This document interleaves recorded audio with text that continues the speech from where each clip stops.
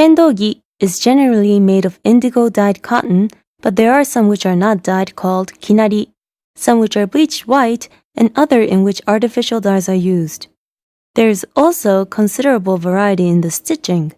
Elementary school would typically use hachibuzashi or musashizashi. Junior high school, hitoe no souzashi. And from high school or university onwards, futae no souzashi.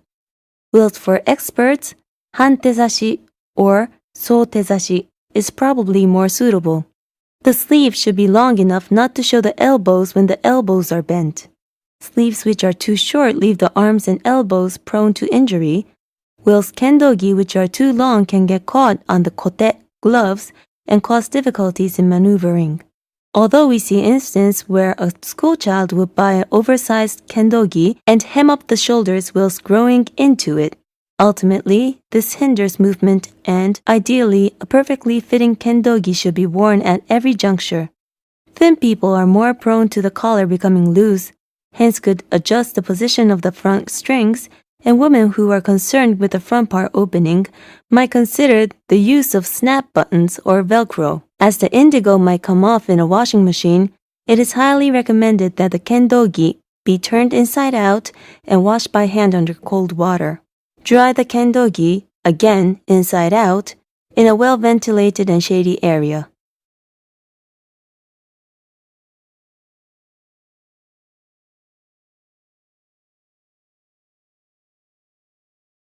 It is recommended that lengthwise, the hakama reaches the bottom of the ankle when worn around the waist. If too short, it is unsightly, and if it is too long dragging on the floor, there is a danger of a falling injury. Hakamas are made of either tetron or cotton. For children, the thinner linen of the cotton hakama is more prone to the pleats coming out, and so tetron, in which the pleats are more durable, is more expensive. However, as there are more high-quality cotton hakamas available as you gain expertise, the cotton variety becomes increasingly more expensive. The hakama is generally dyed navy blue, but as with the kendogi, there are non-dyed and white varieties. Nowadays, there are colored hakamas on the market, but they are rarely worn in competition. The hakama used in kendo is called the male hakama, which has a backstay. It is used by women as well as men. There are 5 pleats at the front and 1 at the back. Many theories exist as to what these pleats mean, but the most popular is that the front pleats represent benevolence, honor, etiquette, wisdom, sincerity, and the back pleat, united resolve and sincerity. In any case, it is important that the pleats are worn smartly. As a rule, therefore, the hakama should always be folded neatly after use. When washing the hakama, it should be rinsed with water while it's still folded and scrubbed but not wrung out. To dry, it should be hung in a well-ventilated and shady area, whilst making sure that the pleats stay in a good arrangement. Hakamas made of tetron will not shrink after washing, but those made of cotton may do so. Some are designed not to shrink, but it is recommended to discuss this with a shopkeeper when buying the hakama.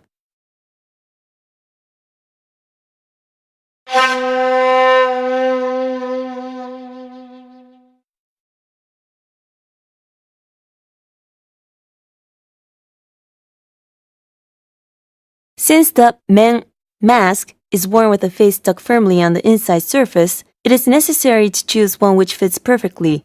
Thus, it is important to have your size measured at the equipment shop at the time of purchase. The men no yokogane, horizontal grill, is slightly widened in the area of the eyes, called monomi. When the men is worn firmly, it is necessary to check that you can see clearly ahead through the monomi. Although many people recently seem to prefer a long men buton, mask blanket, it is not easy to use if too long, and if too short, there is a danger of being hit in the shoulder. It is recommended that the length from the tomekawa to the tip of the men buton is such that it goes just past the shoulder. There are 2 ways to fasten the mask string, fastening the chikawa either to the top, men no tategane, vertical grill, or to the 4th from bottom. Generally, the second method is used.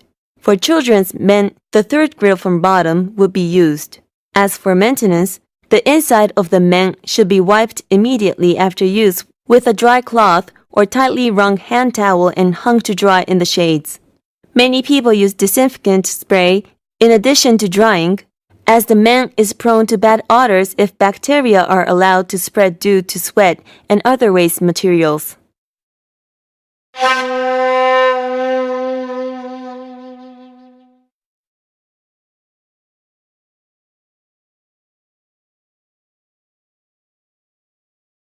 The kote varies considerably in price depending on the material, whether there is a step like namako part and the attachment method of the tsutsu part. Glove sizes vary with the size of the palm, and there are designs for women which have a short tsutsu part, so it is necessary to try on variety and find the right fit. Of all kendo equipment, the kote is one which degrades the fastest. If it is used when wet, it may cause pain and bacteria will spread easily, so they must be used only when dry. For junior high and high school clubs, for instance, where training may occur every day, it is necessary to find an efficient drying method or have two pairs, using each alternately. If the string of the tsutsu is fastened too tightly, the air cushion between the tsutsu and the arm disappears and being hit will be painful, so it is necessary to find the right tightness.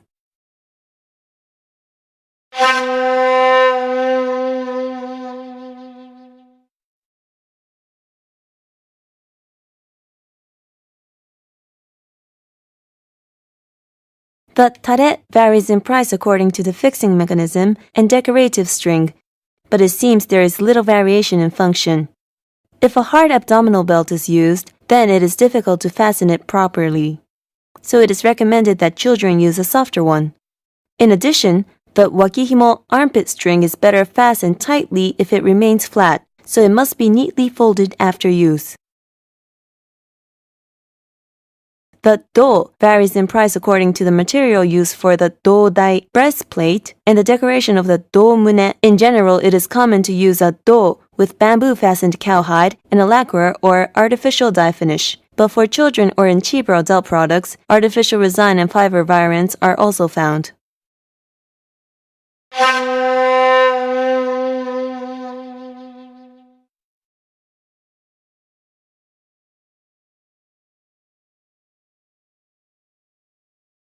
The shinai is made either from bamboo or artificial resin. The resin one is significantly more durable, but quite expensive. People who practice a lot damage their shinai, so should consider different sword types according to the nature of the practice. The shinai and its accessories are prone to degradation.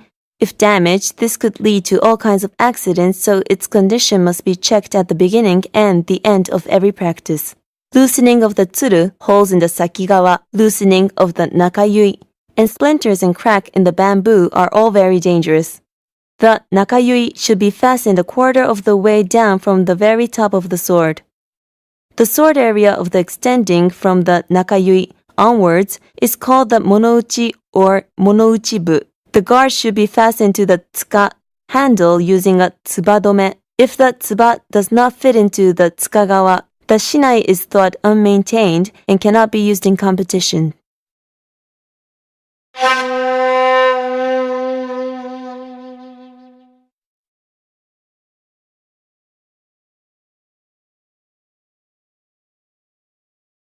When bokuto is used in Japanese kendo style, Nihon Kendo Gata, it is used as practice swords and for understanding how to use the sword.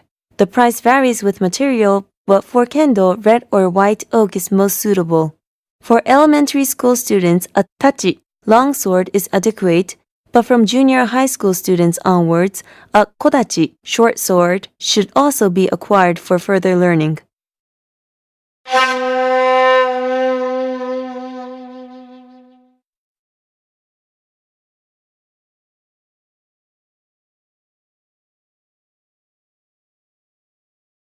Wearing the kendo-gi and hakama correctly is the first step to put on kendo equipment properly. If the kendo-gi or hakama comes undone, the rest of the equipment cannot be put on properly. The correct method of putting on the kendo-gi should always be observed, and not just at inspections, but also at usual practices. The screen displays dress with underclothes and a belt. The underclothes are well suited to remove sweat and dry quickly when washed, so they are very useful for maintaining hygiene. They also reduce stains to the kendogi. The shitaobi, lower belt, is useful for maintaining the shape of the kendogi, but also tightly grips the waist so that the abdominal region is strong and well supported, making it easier to maintain posture. Put your arm through the left sleeve first when putting on the kendogi and take it off from the right side. After putting on the sleeves, fasten the chest string, straighten the collar, and lightly pull down the tails and make sure there are no creases on the back.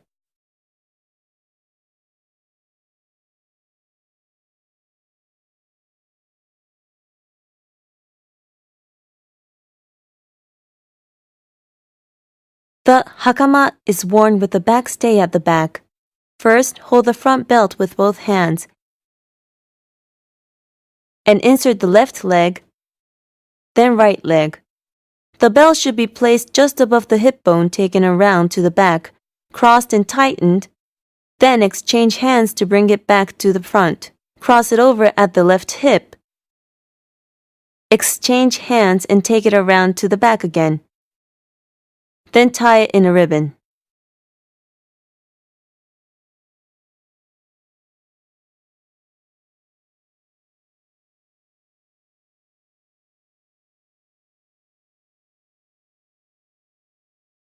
Next, lift the back stay from the sasahida to the nage. Insert the plastic spatula into the front belt. Bring the back belt forward while sticking the back stay firmly to the bottom of the spine.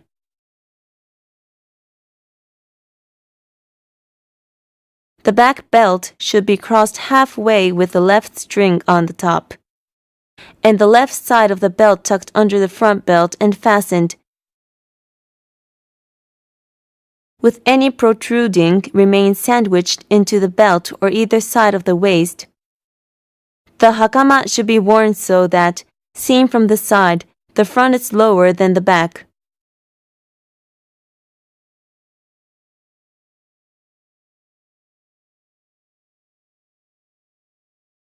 When taking it off, start from the right foot.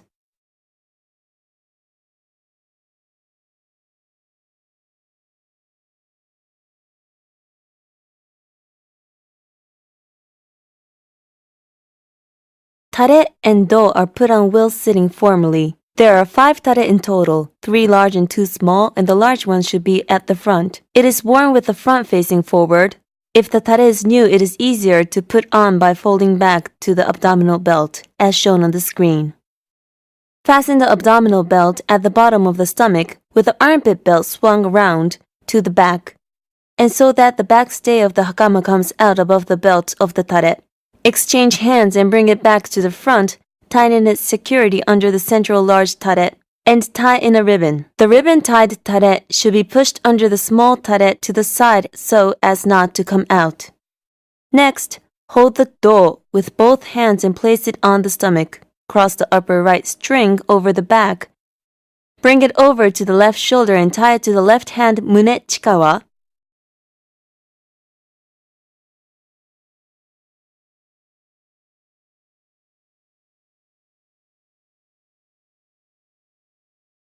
Similarly, tie the upper left swing over to the right shoulder and onto the right hand mune chikawa.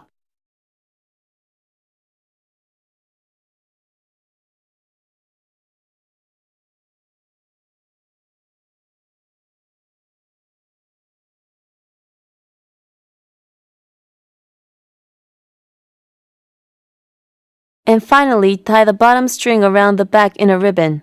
If this is tied in a knot, it can easily come undone, so the ribbon tie should always be used.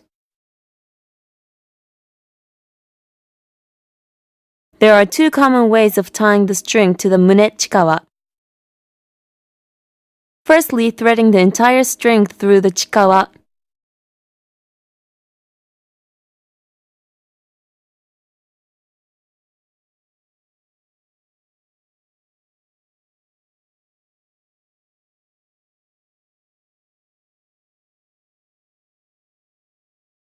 and secondly, threading only part of the string. The height of the do should be such that, when standing, about half of the abdominal belt of the tare is visible.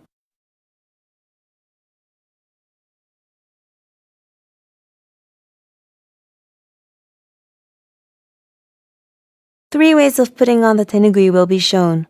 Hold the bottom edge of the tenugui and place it against your forehead, then while tucking up your hair, move it so the edge of the tenugui meets your forehead.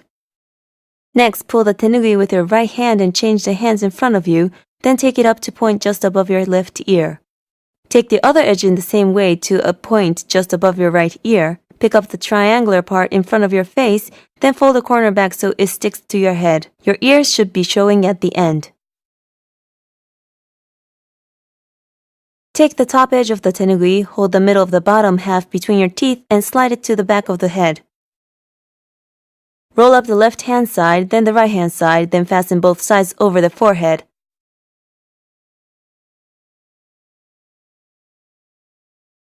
Hold it down so it doesn't come loose, pull and fold the top part forward, then tuck up the front part. With this method, the ears do not show.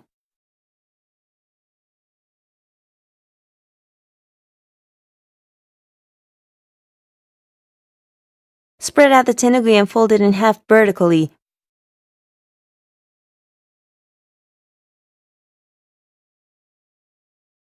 Fold it back diagonally from the side and flip it over, matching the width of their head. Tuck the upper folded part into the double layered part and put it on with the thicker side facing forward. With this method, the ears are again hidden.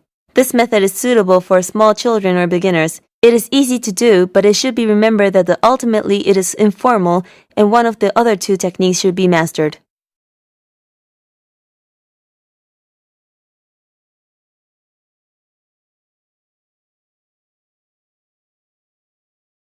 Two methods will be shown with two different ways of putting on the chikawa. For the first, the chikawa is brought from above. Place your chin firmly in the men.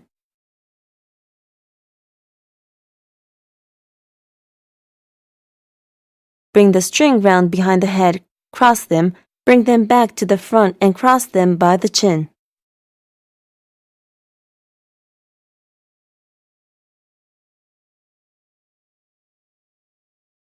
Take the string again to the back of the head and cross them, then pass the string through the very top of the mengane grill.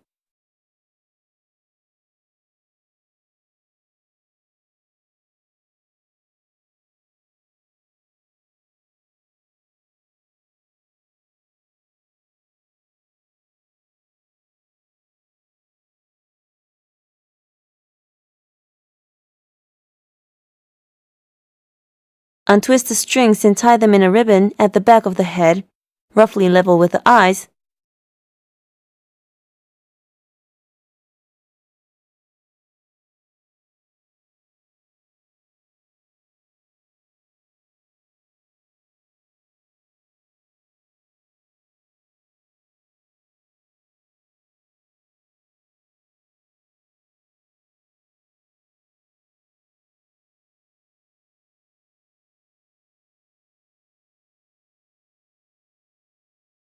To finish, pull the menbuton and leave a slight gap around the ears. With this method, it is best to use a men's string size of 8 feet. The string should be tied neatly without twists or overlaps.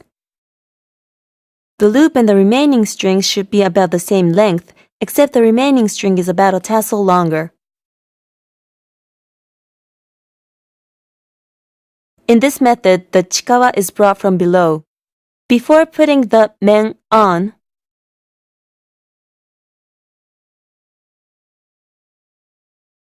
the string should be crossed through the back and then pass it through the top of the forehead, then take it to the back.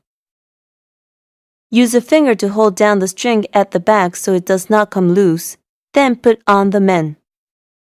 Place your face firmly onto the inside, tie a ribbon at the back, then untwist the strings.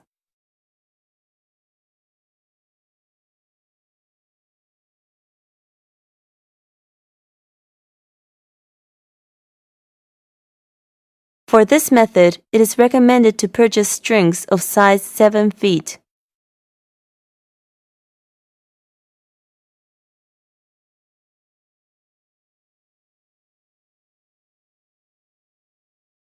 The left kote is put on first. Hold the tsu part to put it on, and similarly, put the right.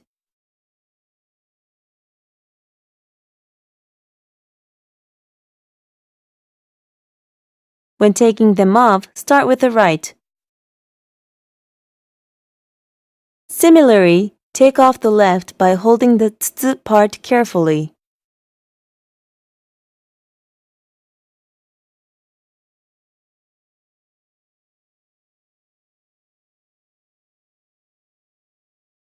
Find the knot behind the head and untie it. It is incorrect to pull it off with the bow still fastened. Gather the string in front of your face and then take off the men. Before placing the men on the floor, take the tenugui off your head and place it in the men. Place the men on top of the kote. Refold the tenugui and place it in the men.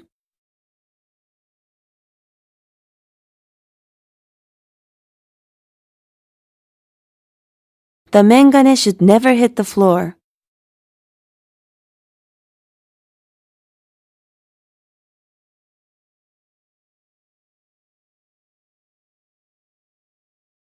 First undo the bottom string of the do, then the string on the right, then left chest, and remove the do and place it beside you. Raise the large tare part and undo the belt. Place the tare as shown in the screen. Make a knot of about 1.5 times the size of the width of the tare belt. Fold it back at about 45 degrees and fold it in. Put it back in the knot of the abdominal belt. Roll it once and fold it back into the knot, and put the belt around the knot.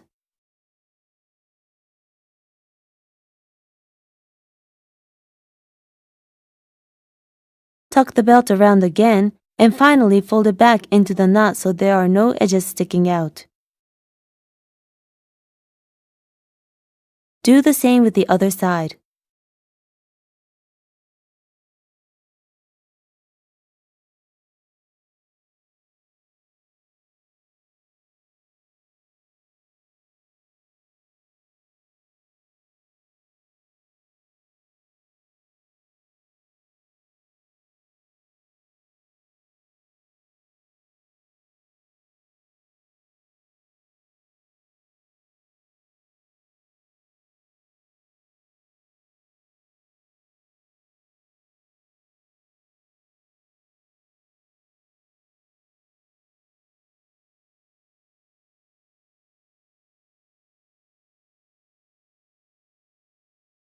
Put the tare down with the abdominal belt facing forward and put the do on top.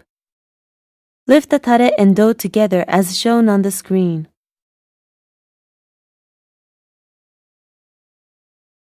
Then make a cross on the center of the tare and bring it back to the inside of the do.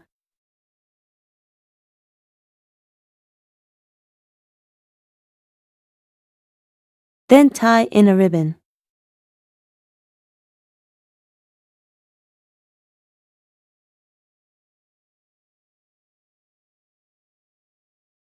The lowest string of the do should be pulled and wrapped from the top to bottom, wrapped round so as to hold down the edge of the abdominal belt, then fastened so as to slightly wrap around the upper edge of the do. Do the same with the other side.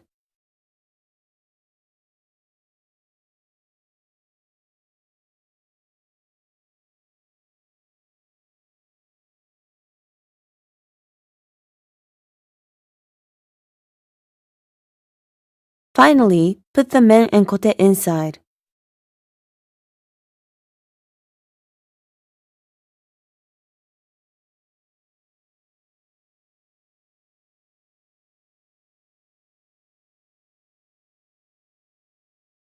Also, there are several ways including wrapping it around the large tare on the side, or wrapping it around the center large tare,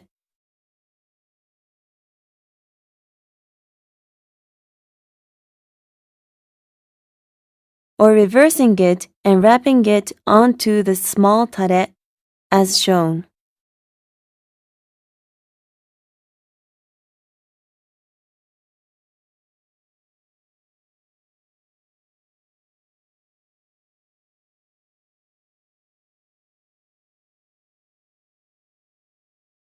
Place it on the floor with the front facing up. Fold back the right sleeve, then the left sleeve. Then fold both body regions. Slightly fold the hem and fold in half to finish.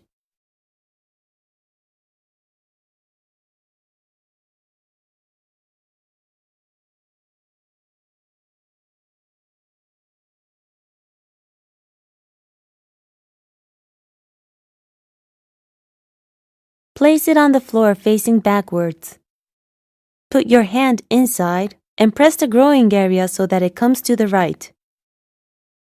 Straighten the back pleat. Then flip it round whilst pulling the top and bottom.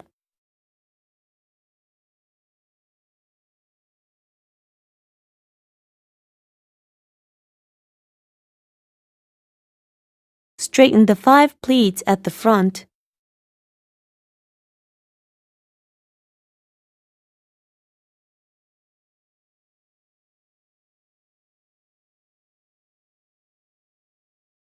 Fold both sides and fold it in 3.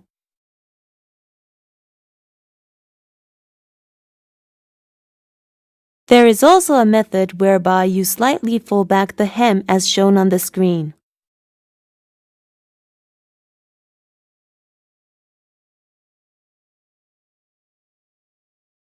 Here, the back stays folded inwards, but there is also a way of arranging the hakama belt without folding it.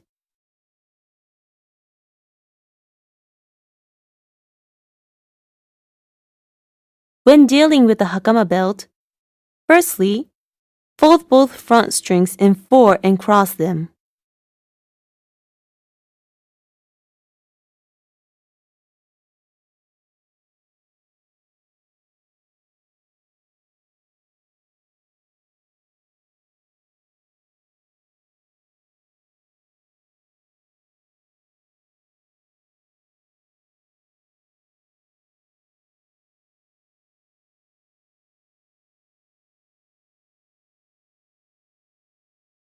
Then loop the short back belt around away from you. Wrap the left hand belt onto the belt on the left, and right hand belt onto the right. Then put it out on top.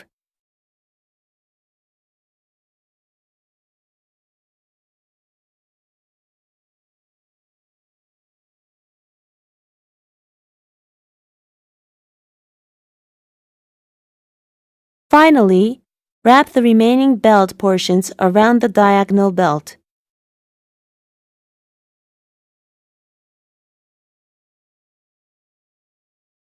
The hakama should be folded about the same size as the kendogi.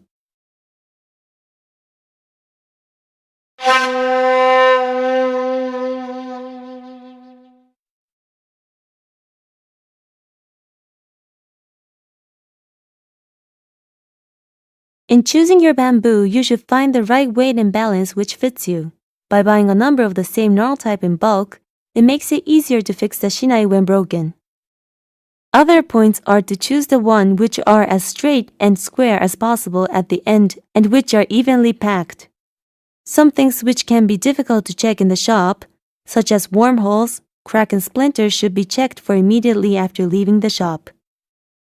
First, remove the string which wraps the bamboo and insert a tsukagawa. When buying a tsukagawa, it is important to bear in mind that, aside from differences in length, there are also variations in thickness, so it is advised to buy the one which suits the shinai length and that of your arm. If the tsukagawa is loose, It may spin around during use, so it is useful to buy ones which is slightly tight. If it is difficult to put in the shinai, it may be easier to use rubber gloves.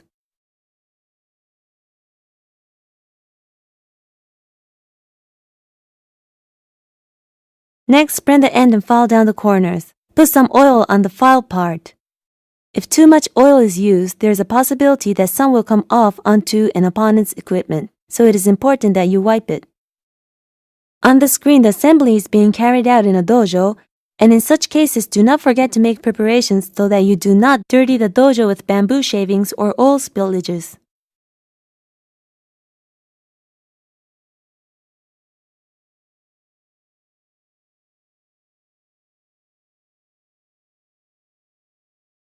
Next, attach the tsuru to the sakigawa. Make the hole bigger with a bokken, then thread in the tsuru.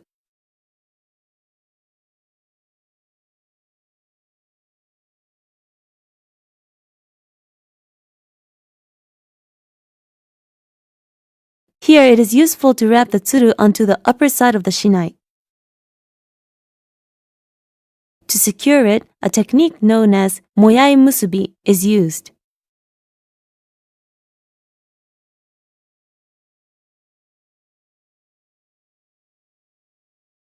Make a loop around the longer tsuru, pass the shorter one through it, under the longer one, back to the top and through the loop.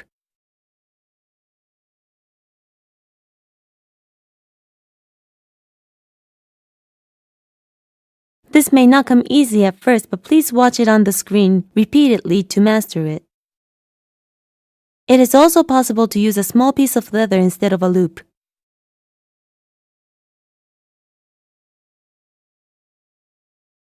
Next, pass the nakayui through the tsuru.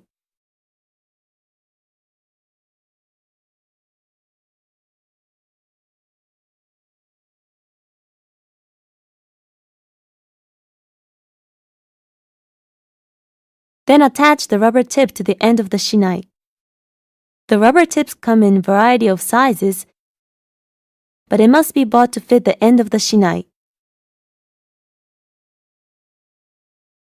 Once the rubber tip has been attached, the sakigawa should be put on.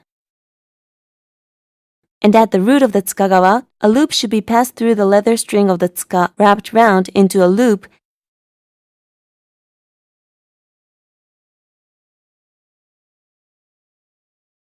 and pull down onto the root of the tsuka. Wrap it clockwise round the root of the leather string, pulling it tightly.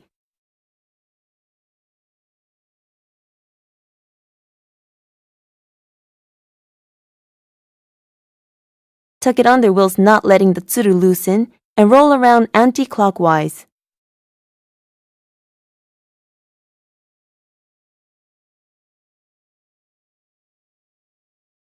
Finally, tuck it around the wrapping tsuru, then around the vertical tsuru, and fasten it so it does not loosen.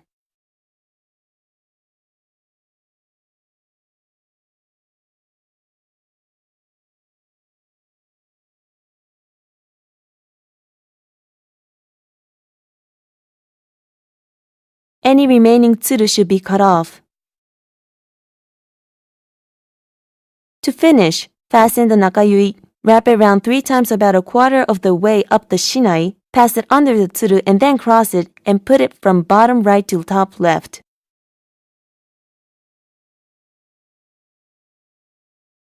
Push it through the nakayui and then from top right to bottom left, thus wrapping it round 3 times and having fastened it tightly, cut off any remaining nakayui.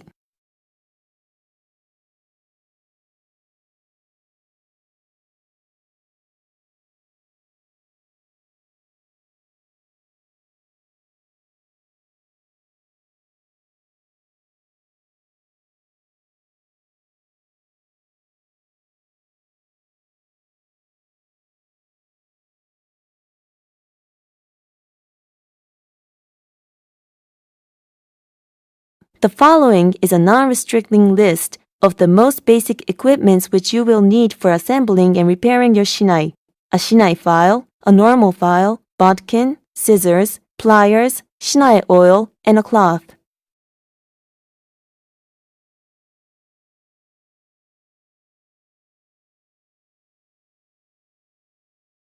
If a splinter appears on the shinai, spread out the shinai and remove the splinter.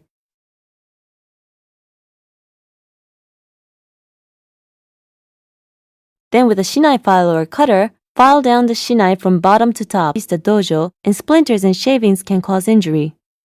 File it down using a thin file of grade 100 to 150. Carefully, use your fingers to check the smoothness of the shinai to make sure that the splinter is gone.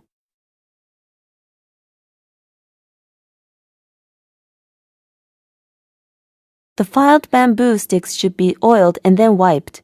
If the bamboo has been split or fractured, then this cannot be repaired. Such pieces should be removed and replaced.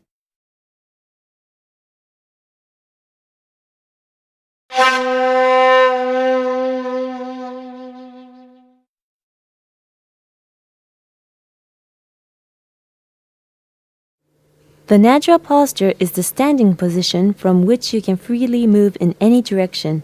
Do not strain yourself excessively.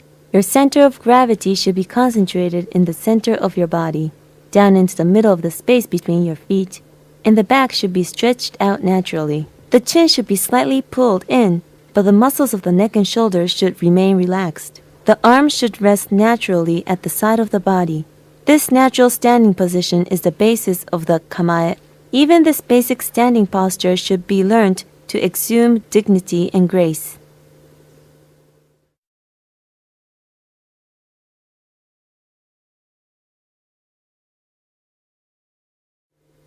There are two types of standing bow used in modern Kendo. The first is mokure, literally eye salutation, used to bow to the opponent, and the second is the re, used to bow to a superior. With the mokure, the back and head should remain still, and the bow comes from the waist. You must not lose eye contact with the opponent, but the chin must not stick out either. Stop at about 15 degrees, remain stationary for a moment, and turn to the original posture. The re is a bow of about 30 degrees. Keep the back and head still and bow with a slight exhalation, so that the chest protrudes a bit. Stop momentarily at 30 degrees and return to the original posture. Let us see the same movements from the side. First, mokure. Then, re. It is important to learn the shapes of these bows, but also just as vital to do them with feeling, servility at the beginning of the practice, and gratitude at the end. When entering the dojo, it is customary to perform the re.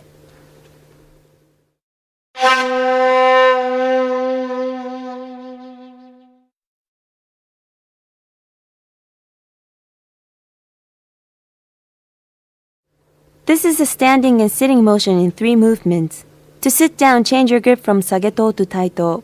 And drawing your left foot and put the left knee on the floor on 1. On 2, put your right knee also on the floor. On 3, put the toes of both feet flat. The shinai should then be carefully placed on the floor from the sword tip with the tsuru facing outward, and the guard parallel to the line of the knee, so that it cannot move. To stand up, hold the shinai in the taito position. On 1, go to the genuflect position by vertically straightening the toes. On 2, take half a step forward with the right foot. And on 3, step out with the left foot so it meets the right and stand up. Let's zoom in on the feet and recap. On 1, drawing your left foot and put the left knee on the floor. On 2, put your right knee also on the floor. At this stage, the toes should still be standing vertically. On 3, lower your waist to sit down. To stand, straighten the toes on 1, and stand up from the right on 2. And the left on 3.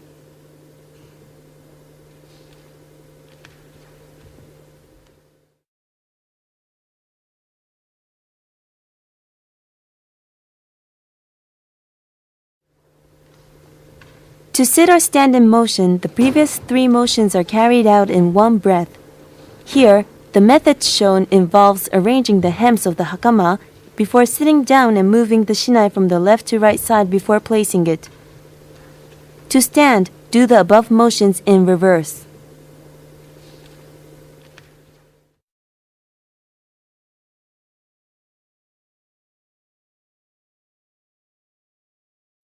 With the kneecaps facing, sit down in the natural posture. There should be a gap of 1 to 2 fist lengths between the knees, and the fingers of both hands should be intertwined and face inwards, with the palms resting naturally on the inner thigh. Stretch out the feet and place your backside on the heels. The tips of the feet should be placed parallel or with the big toes folded over each other. Breathe in through the nose and out through the mouth with deep breaths. This should be done so that the people sitting on either side of you do not have to hear you breathing.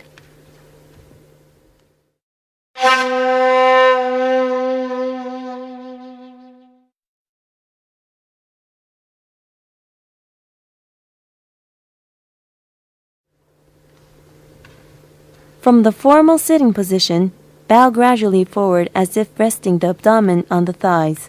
Following that, slide naturally onto the thighs and land on the floor from the fingertips. Put the thumbs and the index fingers on both hands together, and lower the head, aiming the nose towards the center of the resulting triangle. Do not raise your backside. Take a breath in this position and come back up. When lowering the upper body, breathe out and breathe in when raising it again.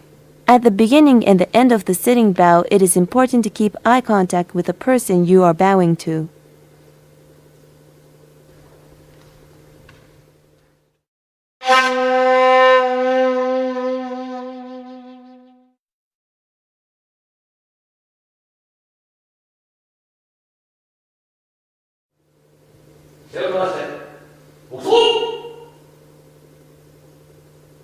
It is customary to carry out mokso, meditation, at the beginning and end of every practice.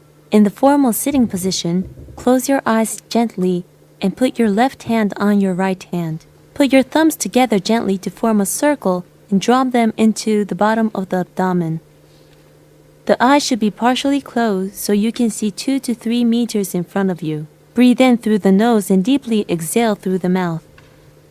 This should be done so that the people sitting on either sides of you do not have to hear your breathing. You will probably not be able to achieve the plane of pure spiritual existence in a short time, so wish to contemplate your aims at the beginning of the practice and reflections at the end of it. At the command of Yame, quietly open your eyes and place your hands back in the position of the formal sitting stance.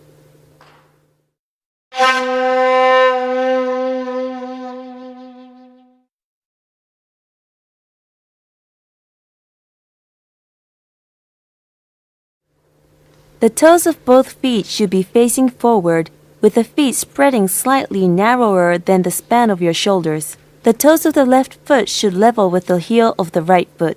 To achieve the basic foot position, stand with the heels of both feet together, then open up by 90 degrees around the left heel, and open another 90 degrees with around the index toe of your left foot. The right heel should be raised by the breadth of a sheet of paper, while the left heel should be raised by about 30 degrees. Do not bend your ankles so that the heels comes too high. The knees should be neither bent nor stretched to maintain tension.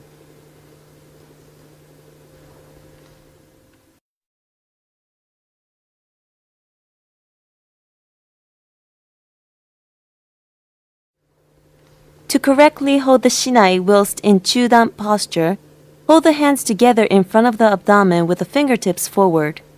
Then move the right hand forward and the left hand in front of you and grip lightly with the palms. The palms of both hands should be facing inwards.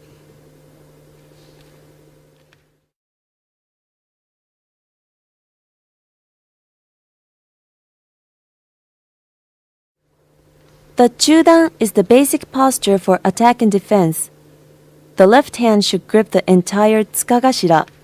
The right hand should grip the tsubamoto from above. Grip tightly with the middle, ring and little fingers, and use the thumbs and index fingers as gentle support. The tsukagashira should be positioned about 1 fist length from the body. It should not touch the body, but if it is held too far out of your balance, will be compromised. The elbows should not extend too far out in either dimensions or tuck in too close to the body.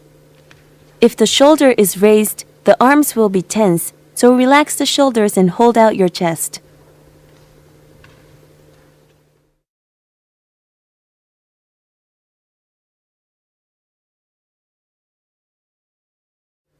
The point of observation is known as enzan no metsuke and involves concentrating on the opponent's eye whilst maintaining observation of the head region and the rest of the body.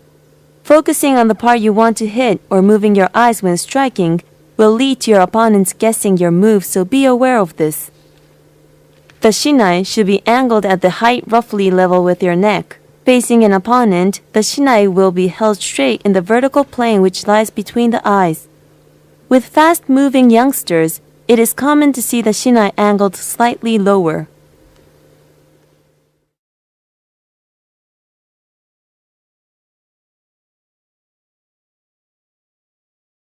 For sageto, hold the shinai with the left hand with the tsuru facing down, then perform the mokure. Draw in the shinai to the left waist for the taito position, and on 1 place your thumb on the tsuka while taking a step forward with the right foot. On 2, take out the shinai from above with your right hand whilst holding the tsukagashira with the left hand and sonkyo. And on 3, stand up and straighten the left foot for the chudan posture. For osame, sonkyo on 1 with the left heel. 2, let go with the left hand and spin the shinai from above with just the right hand and with the tsuru facing down. Stand up in the taito position. 3, take a step back with the left foot. Go into the sageto position and mokure.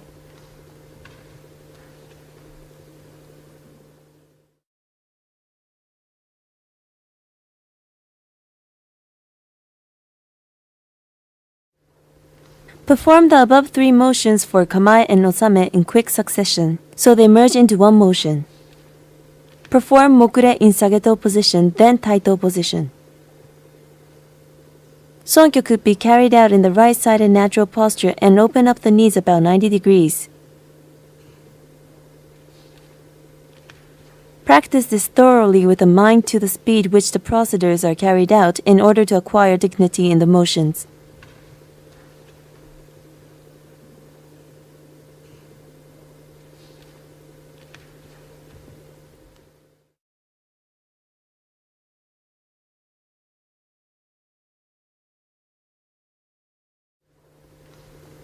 If a judge's discussion is required during a match, the kamae and osame perform the mokure, then taito posture. Then take a step forward with the right foot while placing a hand on the tsuka. Remove the shinai from above and assume the chudan stance. For osame, keep the feet position and put away the shinai. Assume the taito posture. Draw back your right foot, take up the sageto position and mokure. When in the resting position, open at the sword tip to the right and draw back the right foot so it's immediately beside the left.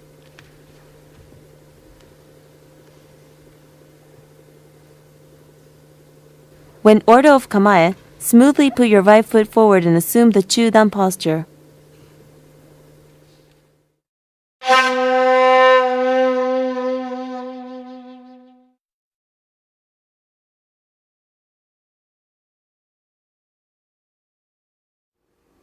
The most basic movement in Kendo is the sliding movement in short range. The method of practicing this is known as body movement. The shoulders and waist should move in parallel with the opponent.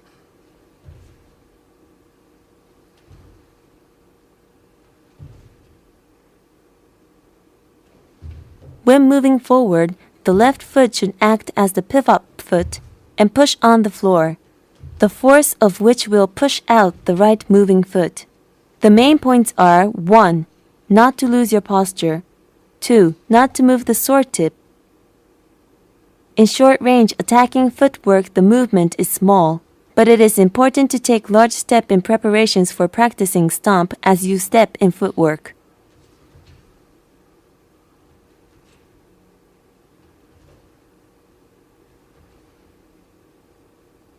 If the toes are raised like this, you will land from the heel, which can be dangerous and incorrect, so please be careful.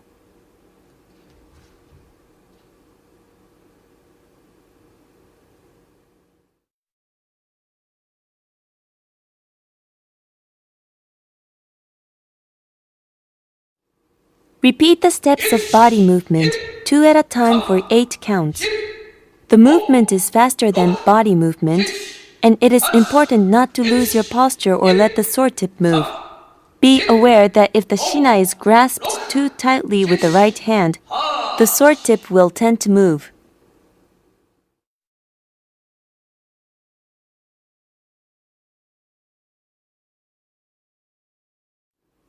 For this type of footwork, the body is moved diagonally forward to the left and right in opposition to the opponent.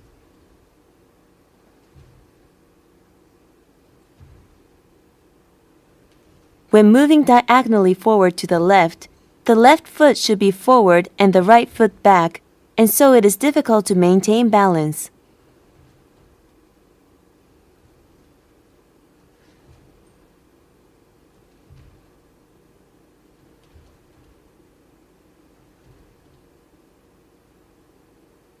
The right heel is raised in this case. Spinning after placing your foot in this way is incorrect.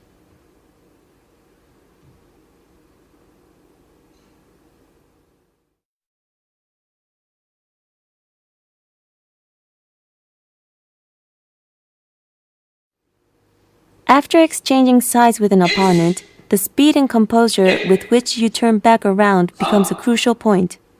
As a result, in basic practice procedures, the more frequently used left-sided turn is carried out. Raise the shinai on 1, turn using the right foot as a pivot on 2, and return to the basic posture on 3. The same movement is also practiced as one move raise, turn and lower.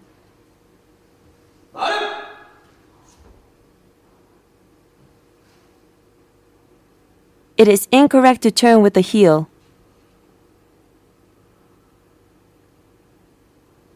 Turn with a kick.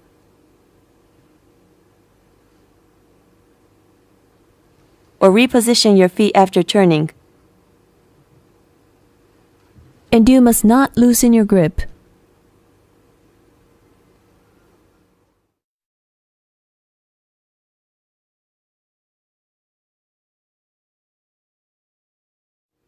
The practice routine whereby short-range steps are carried out repeatedly is generically known as sliding steps. This differs from body movement in that small steps are taken quickly. When moving forward the left foot, and when moving backward the right foot should push down the floor. It is important both that you do not break the chudan posture and that you are not too tense when performing this maneuver.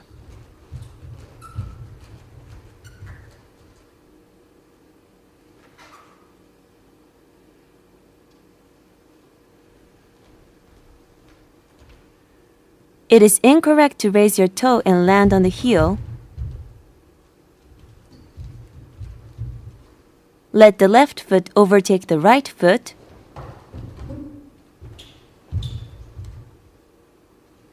Move with your legs spread apart.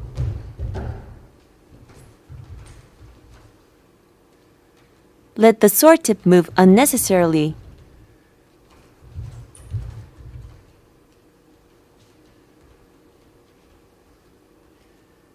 Or drag the right foot when moving back. When moving back, it is useful to use your right foot as if hopping backwards.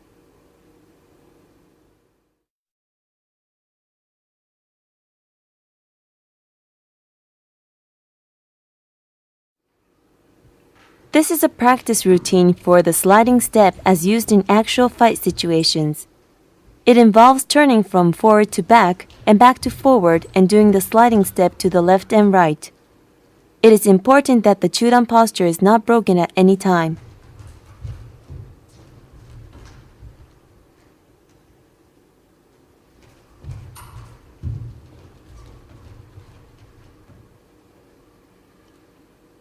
For sideway movement, the basic footwork techniques should not be broken by putting your feet together or letting one overtake the other.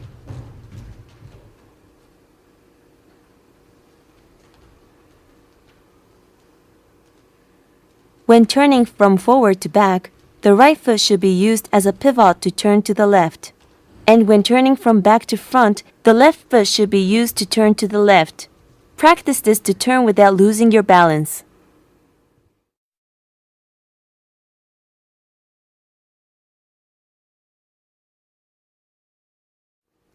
The walking step is performed by doing the sliding step forward and backward. Not raising the toes and keeping the sword tip still are both important.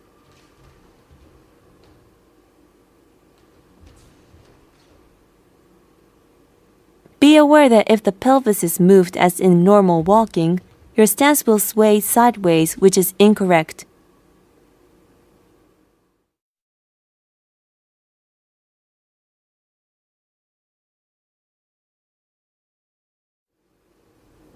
The technique how the toes of the right foot move forward like an inchworm is known as measuring step.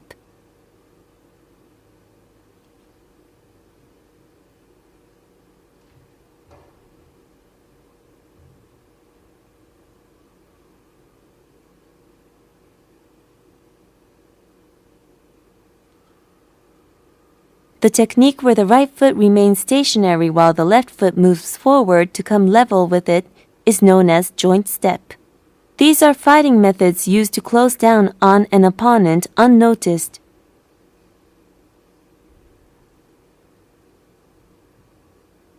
As shown here, it is possible to use the measuring step to advance the right foot, then use the short step to close the distance in this way.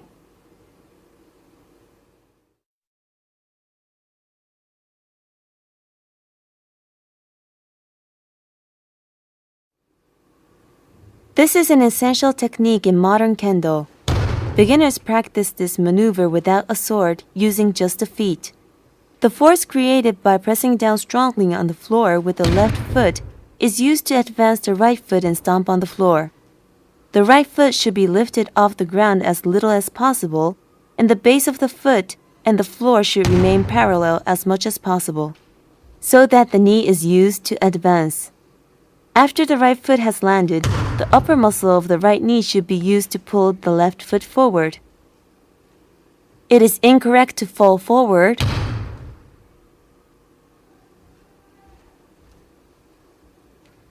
Let the upper body thrust forward by not controlling the waist. Kick out with the left foot.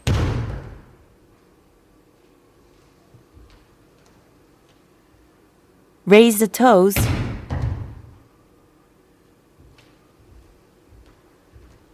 Or let the left foot overtake the right after landing.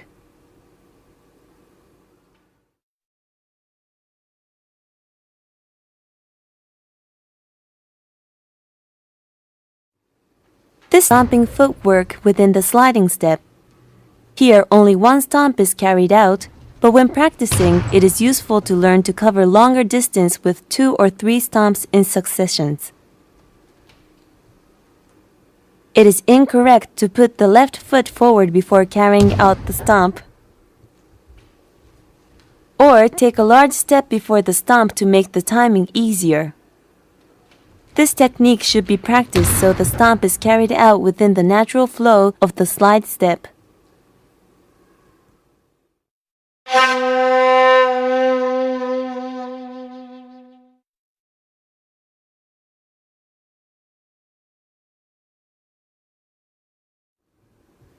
To raise the shinai, the arm position of the chudan posture should be changed as little as possible, and the raising movement should concentrate on the left arm, while it is the back that is pulled upwards. The left fist should finish directly above the head, with the shinai pointing behind you at the angle of 45 degrees. It is vital that this action can be performed smoothly and straight, so you should use a mirror to practice this movement repeatedly until the shape is mastered.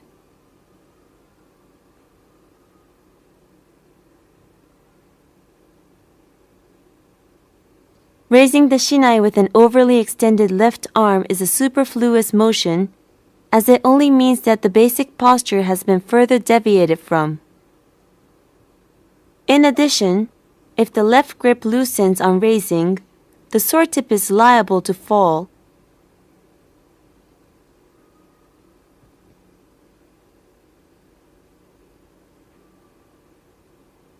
while if the right hand is used in raising, it will veer too far to the right. These are points to be avoided.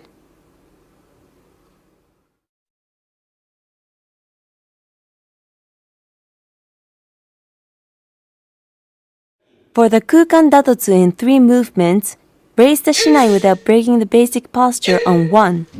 On 2, push down the floor with the left foot and simultaneously swing down. And on 3, return to the Chudan stance while taking 1 step back. For men, swing down so that the right arm comes to shoulder height and the left fist comes to the pit of the stomach. The movement should be performed using the shoulder, elbow, and wrist joints in a flexible and supple manner. For kote, swing down until the shinai is parallel to the floor. The right elbow should be extended fully.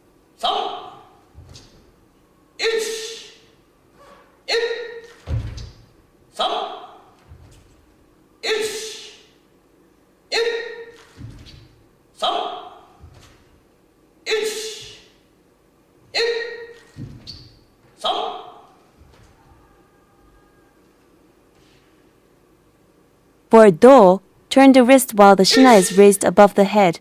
Then slide the left fist up to the right when swinging down and strike. The sword tip should be slightly to the left and not directly in front at the end of the swing.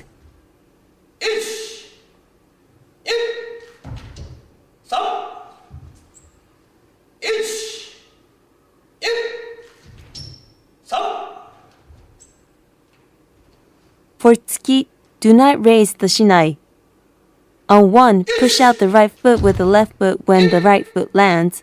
Simultaneously extend the arms forward. The right hand should be roughly in front of the pit of the stomach. So take care not to extend the arms fully. On 2, pull the hands back. And on 3, return to the Chudan stance while taking a step back.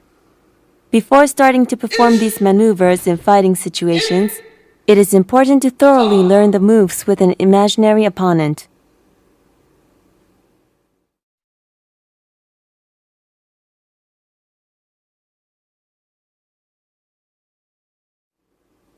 The 2 motion strikes involves condensing the 1 and 2 movements of the 3 motion strike into 1 smooth movement. Do not put too much strength into the raising of the shinai, lifting it smoothly and striking swiftly and sharply.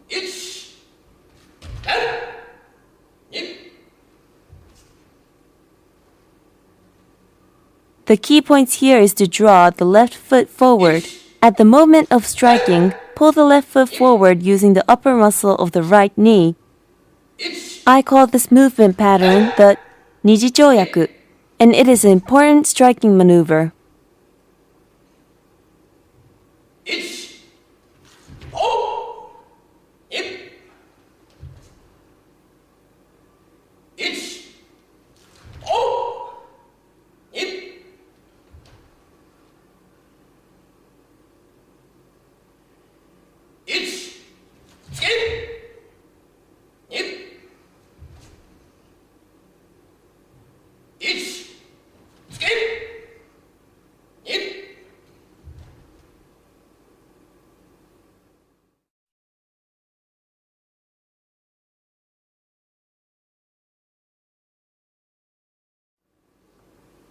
The 3 motions are condensed into 1.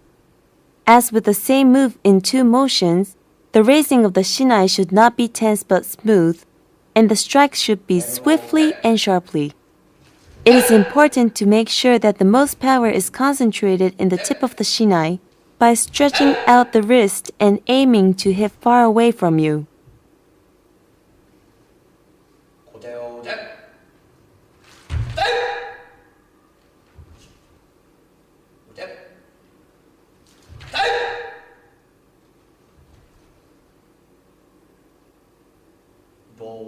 For the do strike, be careful not to let your hands stick together when raising the sword.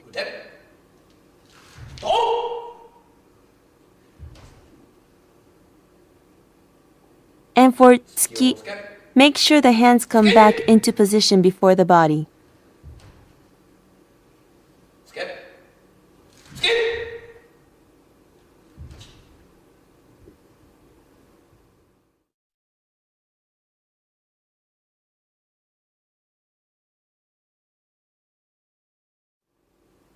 The left and right men strikes in 1 and 3 motions are introductory lessons for progressions to the kirikaeshi.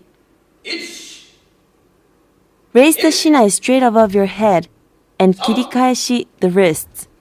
Then strike first left, then right of the men. When you're facing your opponent, your right hand side is hidari, left men, and left side is migi, right men. When performing this maneuver, the left fist should not stray too far from the vertical plane.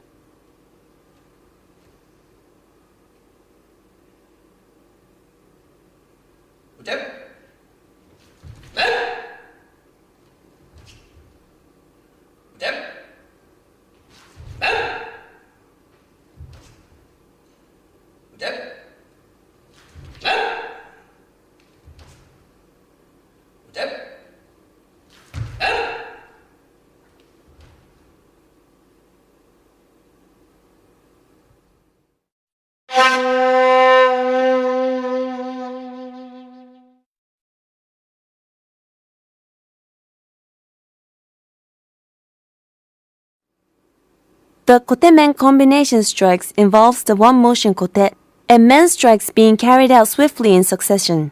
The important point of combination strikes is the drawing of the left foot and the relaxing of the muscles between strikes. Drawing the left foot in at the moment of striking enables the correct posture to be assumed for the following strike. In addition, if the arms are not relaxed immediately after the first strike, the raising of the shinai will be a walkward, so this is something to bear in mind.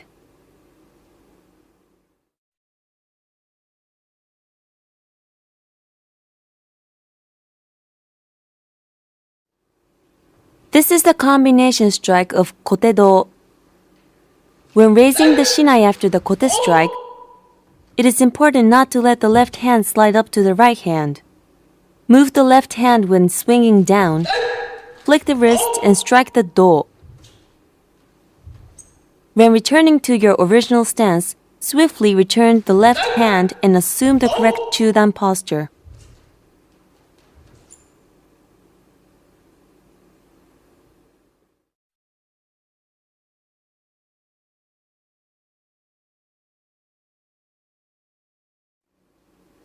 This is the combination strike of kote-men-do.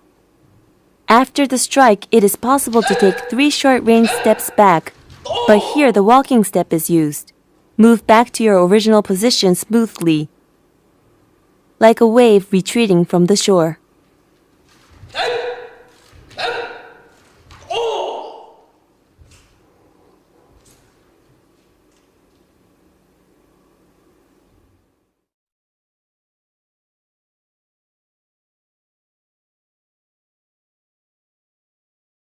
The repetitive men strikes are carried out with the 3 as you advance and 3 as you retreat, so 6 in total. To finish, take a small half step back to return to the chudan posture and zanshin. It is especially difficult to harmonize the timing of the hands and feet on the retreat strikes. It is important to learn to start to step back at the summit of the raising action and draw the right foot back at the end of the strike. Here as well, it is important to relax the arms after each and every strike.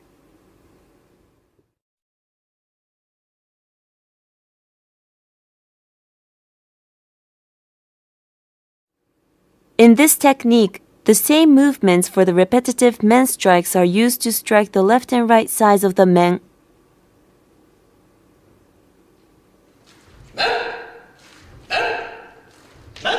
It is an important introductory lesson for the kirikaeshi. The important points here are kirikaeshi of the wrist and the positioning of the left hand when striking.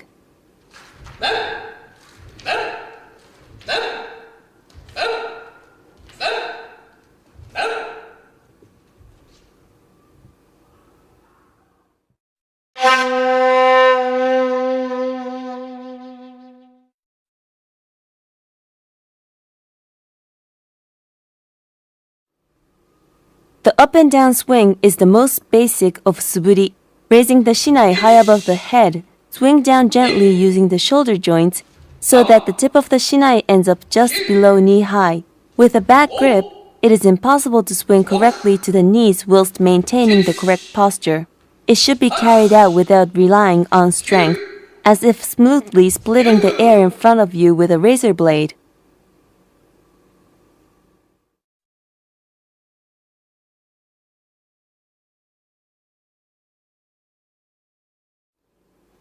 The diagonal suburi is performed similarly to the joge suburi, but with a kirikaeshi of the wrist above the head to enable a diagonal swinging motion. On the screen, the maneuver is carried out with the sword tip returning to the vertical plane above the feet and then raising the shinai again vertically. There is also another shape whereby the vertical is crossed at the level of the belly button and the shinai is swung in the shape of an X.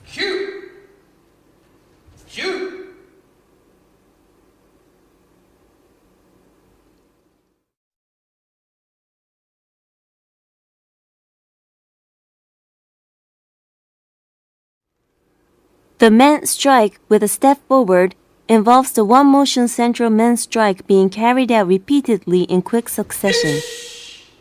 It is important to concentrate on the sword tip and swing fully for each and every strike.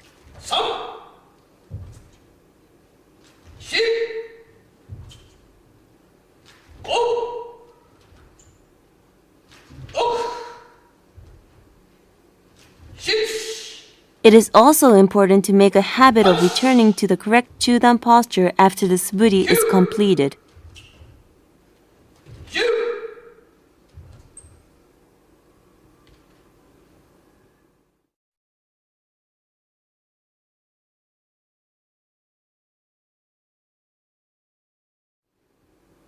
The men strike with steps forward and backward technique involves combining a retreating strike into the men strike with a step forward. The forward and backward movements should endeavor to be as large as possible without losing a good sense of balance.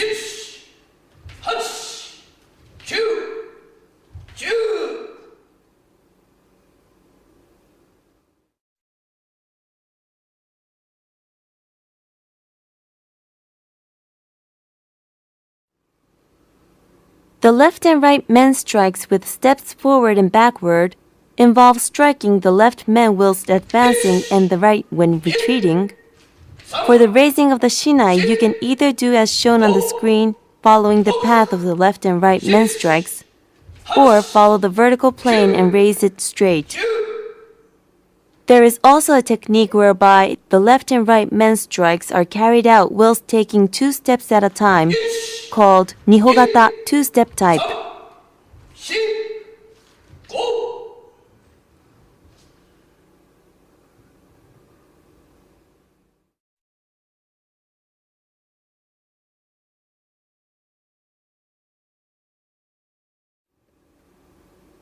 This is a suburi where the body is moved from side to side by taking sideways steps. When moving left and striking the right men, the left foot should forward. It is easy to lose your balance, so be careful.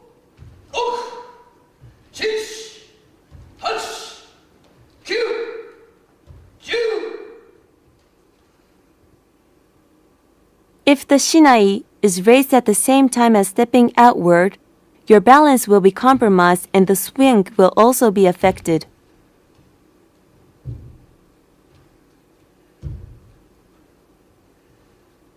Also, keep in mind that moving backwards when carrying out the sideways step is incorrect.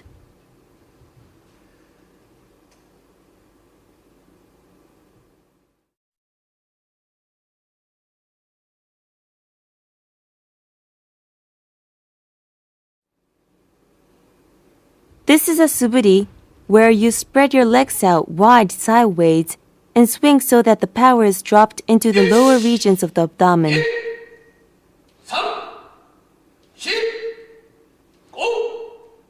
It is also sometimes called kabutowari.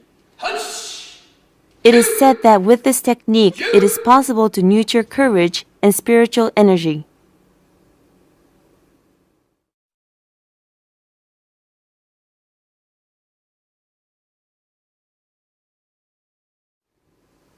Step forward with alternating feet and drop the knees firmly for this suburi. It is important to tense the back and abdomen so that your posture does not incline forward. It is also useful for developing your leg muscles and balance.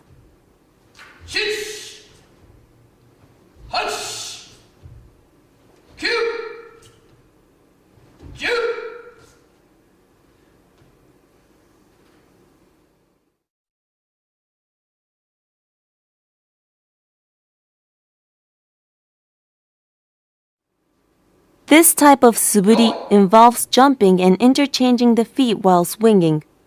Raise the shinai with the left foot forward and strike with the right foot forward. Compared to the previous suburi, this is rather in fast rhythm, but it's important to swing fully, right up to the sword tip.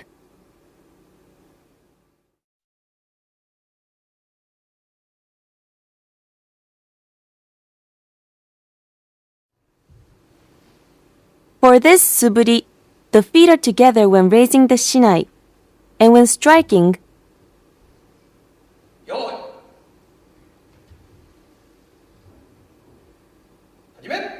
the positioning of the feet changes from right foot forward to left foot forward to feet spread apart.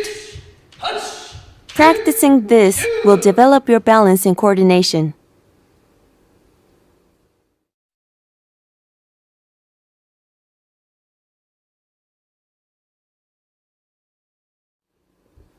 This is a jumping suburi where the feet must land in the order of right, then left when advancing, and left then right when retreating. This suburi is known generally as hayasuburi, fast suburi.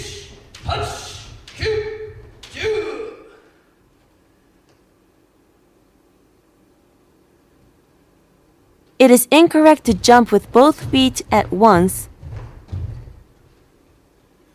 Move backwards and forwards with just the right foot, or land with the left foot raised.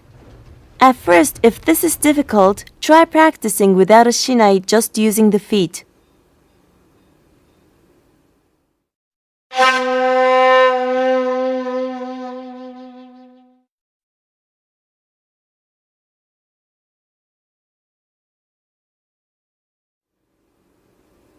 This is a kukan datotsu, using a stomping footwork. From a firm kamae, call out loudly, and then gently raise the shinai and strike sharply.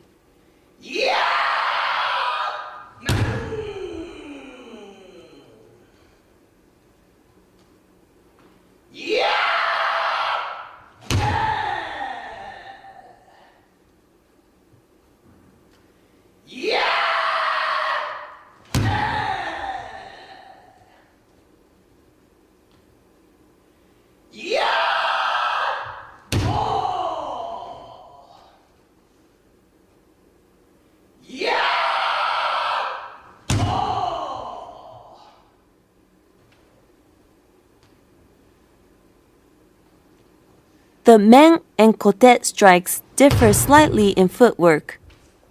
For men, push down on the floor for a long time with the left foot. But for kote, push down swiftly and sharply and draw the left foot quickly.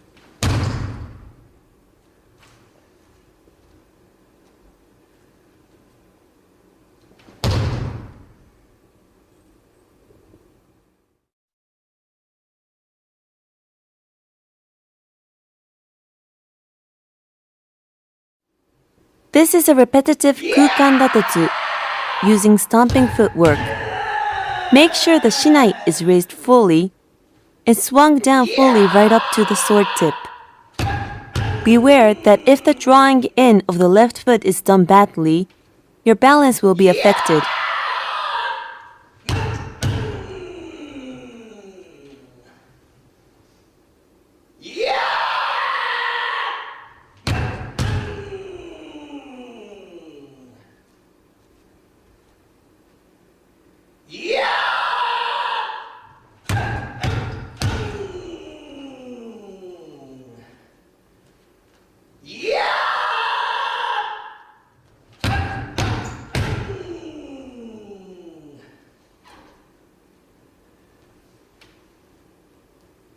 It is incorrect to let the left foot overtake the right after the right foot has landed.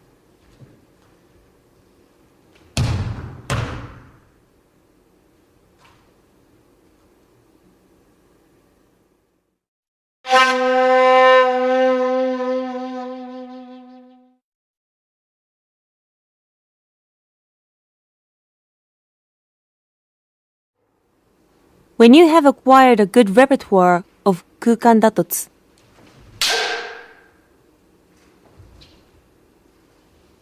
it is time to begin striking in real situations. Practice the men, kote, do, and left and right men strikes in one motion facing your opponent. As with the kukan datotsu, use your palms to control the shinai at the moment of striking, and do not swing through.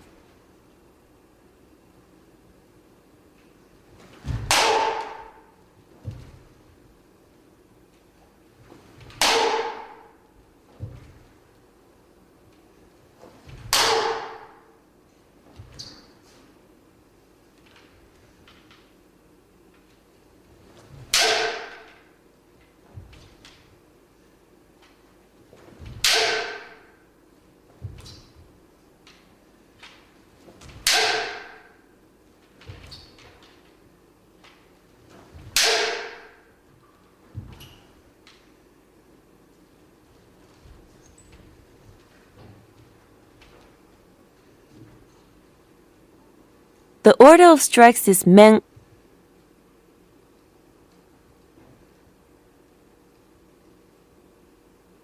kote,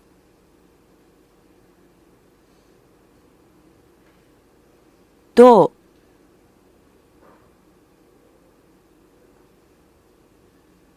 left men, right men. Both with attacking and defending, control your emotions to ensure no injuries are caused.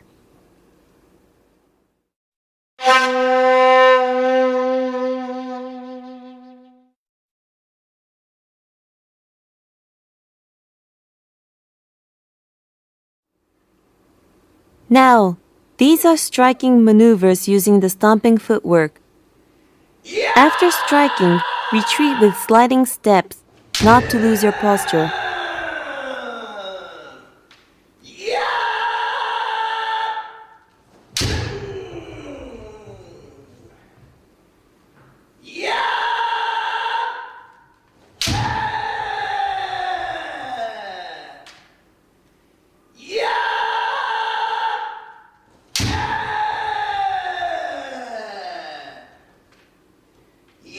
For the do strike, momentarily loosen the grip of the left hand when changing sides.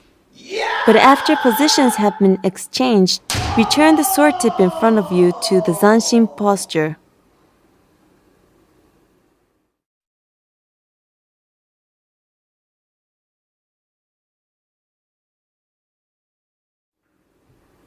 When practicing combination strikes, you will be faced by several defenders. It is important to learn to strike with a fully raised shinai for each and every strike.